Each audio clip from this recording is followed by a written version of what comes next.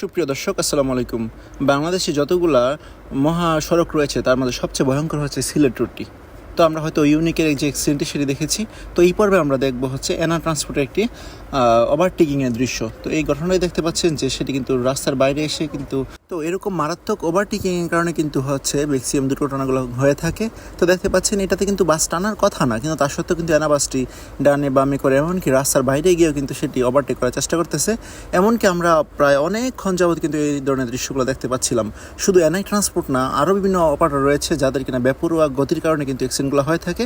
আর এনা যেহেতু হিনোয়াকে ওয়ান যে বাস, অতএব সেটি কিন্তু নিয়ন্ত্রণ করা সম্ভব, কিন্তু বেঙ্গল পরিবহন বা হচ্ছে যেগুলো ভারতীয় অশোক লেল্যান্ড চেসিসের উপর তৈরি করা সেগুলো কিন্তু এই কন্ট্রোলটা করতে পারে না। অর্থাৎ চালক চাইলেই কিন্তু ডানে বামে কাটছাট করে কিন্তু বাসটিকে বের করে আনতে পারে না। যার কারণে কিন্তু আমরা দেখলাম যে গত কয়েকদিন আগে সিলেট রুটে ইউনিকের সাথে কিন্তু বেঙ্গল পরিবহন একটি অ্যাক্সিডেন্ট হয়। তো এই ব্যাপারে কিন্তু সংশ্লিষ্ট মহল সহ ড্রাইভার বা চালক সকলকে কিন্তু সচেতন হতে হবে। আর সচেতনতাই পারে আমাদের এই অনাকাঙ্ক্ষিত যে কোনো ধরনের দুর্ঘটনাগুলোকে এড়িয়ে যেতে। ধন্যবাদ। আসসালামু আলাইকুম।